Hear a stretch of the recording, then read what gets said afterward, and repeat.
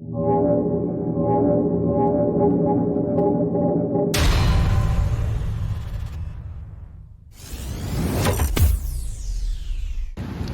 pessoal, estamos aqui hoje com a Taíde Ferreira, ufólogo, especialista em parapsicologia, né? E hoje ele vai bater um papo aqui com a gente no canal, falar sobre uma criatura bem bizarra, né? Que ele encontrou, e ele vai contar um pouquinho aqui da história pra gente, como que esse ser chegou até ele. Pode começar, Taíde. Bom, o assunto é bem amplo, mas vamos tentar resumir o máximo possível, de forma que traga os aspectos mais intrigantes dessa questão, em especial essa que te chamou a atenção, né?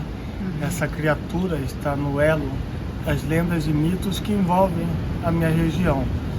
E entre essas lendas e mitos da minha região mato-grossense, da Serra do Roncador, do sumiço daquele que foi inspiração para o filme Indiana Jones, o Coronel Fausto, Coronel Henry Pearson Fausto, e sobre os enigmas que engloba todo o meu campo de investigação. Dentre essas pesquisas dos acontecimentos, relatos ufológicos, enigmáticos, se falava muito, oralmente, sobre criaturas aladas que protegiam portais dimensionais ou que protegiam cavernas sagradas. Para os índios chavantes, por exemplo, as cavernas sagradas é toda a proteção desses seres alados e de uma criatura, um ser das estrelas chamado Suriwá.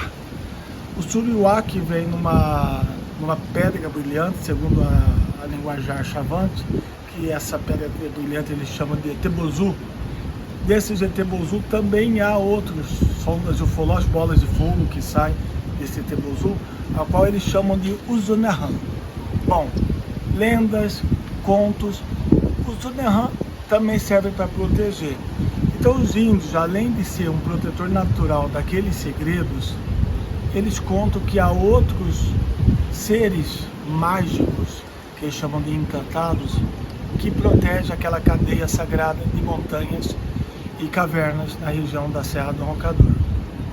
Entre todos esses contos, em especial, eles falavam dos seres alados, ou os índios morcegos, que também era conhecido, muito retratado. Até então imaginava que a lenda dos índios morcegos, tanto relatado pelos antigos, seja Bororos, Calapalos, Caiapó, Bebengocré, enfim, várias etnias contam a mesma história de os índios morcegos. Levasse a pensar que esses índios morcegos, segundo a lenda, é uma etnia que ficava em buracos e dormia de dia, saindo apenas à noite para caçar e comer. Por isso recebeu o nome de índios morcegos. Mas em uma das minhas atuações, alguém falou para mim: doutor, esses índios morcegos, eles têm asa? Eu falei: não sei, nós não temos catalogado dentro da etnia essa característica, porque se fala muito dos índios morcegos, mas não se sabemos se ele existe ou não. E ele falou... pergunta, Taíde, essa lenda do índio morcego, ele vem da tradição dos índios chavantes ou de outras tribos também? Não, de todas as etnias regionais. Caramba! Então, coincidentemente, que não é coincidência, né, estatística, não era especificamente uma etnia. Falava desse ser, tá? Toda a cadeia de etnias, inclusive a etnia Apinié, a Suriwá, a etnia Suriwá, que é da Boca de Pau, inclusive o Raoni, ele não é Caiapó, o Raoni é Suriá. Todas essas etnias da região que pega toda a cadeia de Mato Grosso, Serra do Roncador, que vai até o Pará, falam dos índios morcegos. Mas por ser apenas conto, lenda, mito, nós não tínhamos nada catalogado dentro do processo de conhecimento de um povo ainda desconhecido. Em uma das minhas palestras, um espectador falou: e se eu te falar que já vi um ser alado, igualzinho um morcego, padrões humanos, e que ele existe? Eu falei: se você tem isso, eu te mostro. Me deu todo o contato, o endereço para se chegar a essa criatura. E aonde eu consegui ter acesso a um dos exemplares dessa criatura lá. E aí essa foto, né, inclusive vou estar exibindo aqui no vídeo, essa foto você tirou em que ano? Como que foi as circunstâncias? Você foi até o local? Bom, para chegar a esse ser, através dessa pessoa que me contou isso, eu fui até o local. Para se chegar ao local, foi um processo bem complexo, a qual uma família circense da Rússia, há muito tempo atrás, essa família circense rondava o mundo todo com espetáculos de circo, levando animais exóticos e tal. Então, um tempo atrás, era uma questão comum. E essa família circense começava a juntar peças de coisas estranhas e, vamos dizer, inusitadas ao longo da sua história. Então ali começou a juntar, por exemplo, boi de 2 cabeças, cobra de 2 cabeças, papiro, múmia e outras coisas a mais. E essa família circense, na década de 60 para 70, o circo começou a minimizar o seu retorno financeiro. As pessoas gradativamente foi diminuindo o interesse pelo circo e eles, por volta da década de 70, essa família decidiu estagnar no Brasil para viver. E todo aquele material eles guardaram num grande galpão, um enorme galpão fechou, um galpão na qual eles guardaram aquilo por muito tempo. Então esses produtos, que não era só esse ser, tinha vários produtos. Então o ser que você teve acesso estava em posse dessa família de circenses. Dentro desse galpão. Então para abrir o galpão estava tudo empoeirado. Começamos a andar. E aí eu me impressionei com... Tinha meteorito, pedaços, você via papiro, tinha sarcófago. E eu me encantava com o cara hereditário que olhava, mas eu não sabia se aquilo era, como que eu falo? Algo genuíno de fato, se né? Isso, original, ou se era apenas uma imitação. Mas estava tudo cheio de poeira e tal, mas o meu objetivo maior, apesar de muita coisa que me encantava, era a criatura, a qual estava numa redoma de vidro, a criatura que vocês estão vendo agora, e que eu tive acesso. O ano foi?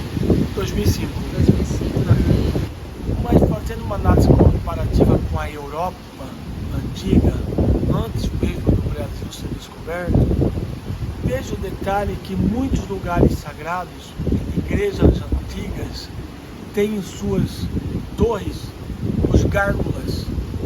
Verdade. E esses gárgulas é assemelhado a essa criatura. Pode fazer uma análise comparativa. Exato. São seres carrancudos, com uma cara nos dentes, com asa e braços separados das asas. Dessa criatura, os braços são separados das asas. Mas porque os gárgulas eram colocados em torres de igrejas, aquelas igrejas antigas, com aquelas formações, aquelas esculturas, né, séculos anteriores, eram tidos, pesquisando sobre os gárgulas, eram tidos como uma espécie de espírito, ou para espantar espíritos negativos, azarados, desse tipo, espíritos impuros. Então era para dar medo em espíritos impuros. Curiosamente, nos confins de Mato Grosso, os índios, eles falam o seguinte: você pode ter acesso ao lugar sagrado até certo ponto se a gente perceber que você tem um coração puro. Os índios falam isso. Vocês não vão conseguir entrar se vocês não tiverem coração puro, um espírito bondoso, que, se fazendo uma análise comparativa, uma questão também mistificada europeia, não se poderia entrar no local sagrado se você não fosse puro. Essa análise comparativa... E, teoricamente, quem faz esse julgamento seriam esses seres? No caso, não, conjunto, que aí tem os índios chavantes, que não deixam as pessoas terem acesso, por exemplo, à Lagoa Encantada, só por autorização deles, como a Caverna Sagrada, que é uma das cavernas. Tem outro detalhe curioso na caverna, que qualquer aparelho mecânico que se entra, sei lá, a 10 metros da caverna, a bateria acaba. Caramba! Todos os aparelhos, qualquer que seja, celular, a câmera de filmar, ela fica no máximo uns 10 minutos ou a 15, ao qual a bateria vai descarregando e pronto. Você não consegue gravar mais nada, qualquer aparelho mecânico para de funcionar. Saindo da caverna, tudo volta ao normal. Isso é um detalhe muito interessante dentro daquela... Você já mediu isso, já fez essa experiência? Já entrei, já vi isso. Tanto que eu fui com um cinegrafista, amigo meu, daqui, morador da região, nas redondezas da Serra do Roncador, chamado Genito Santos, em qual também ele verificou, acompanhou. Ele conseguiu algumas gravações, não eu, ele, enquanto a câmera funcionava, mas a bateria vai diminuindo e não se consegue registrar nada para além da primeira galeria. Porque a caverna, ela tem uma extensão que não se sabe precisar qual a extensão dela. Ah, mas não há pesquisadores, é essa a questão. Não há. É uma região carente de pesquisadores, que por mim não poderia ficar assim, pelo motivo de ser intocável, pela região ser também protegida pelos índios. Os índios, eles não autorizam a entrada de uma forma fácil. Então ela certamente vai continuar intocável por um longo tempo. Ô Taíde, só uma perguntinha. Sobre o Fawcett, existe alguma teoria, você chegou a alguma conclusão do que aconteceu com ele? Aí seria especulações. Os próprios indígenas têm alguma explicação ou não? Você vai encontrar várias explanações aleatórias. Eu pessoalmente nunca cheguei a ouvir dos índios alguma coisa relacionada. Tá. Mas há outros pesquisadores, ao longo das décadas antes de Julião nascer, ou quando criança me impressionava, nas leituras que eu acompanhava, alguns índios contavam que viu um ser, uma pessoa branca, alta. Naquele tempo, os índios não tinham interação fácil com o homem branco, muitos das quais nunca tinham visto um homem branco naquela região. Eles eram muito aguerridos, quando eles viam, eles assustavam, corriam. E o Fawcett tinha a tendência, a habilidade de fazer amizade com esses índios. Orlando e Cláudio Vilas Boas, quando desbravaram a região, eles contaram uma versão de que encontrou uma ossada, a qual os índios contaram que era uma pessoa que foi lá e tem todo um enredo, a qual Orlando e Cláudio vieram a relatar que eram as ossadas do Coronel Fawcett. A Time Life até hoje oferece $1 milhão para quem tiver prova ou vestígio do que aconteceu com o Coronel Fawcett. Caramba! Então Orlando e Cláudio tinham certeza que aquelas ossadas eram do Fawcett.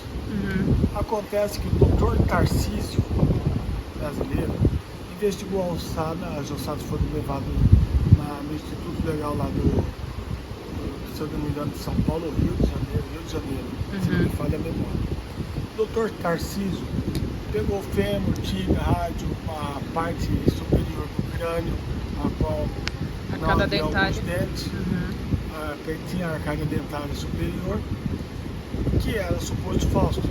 Pela tibia rádio, verificaram que aquele ser humano tinha no máximo 1,60 m, no máximo, cientificamente falando, 1,60 m.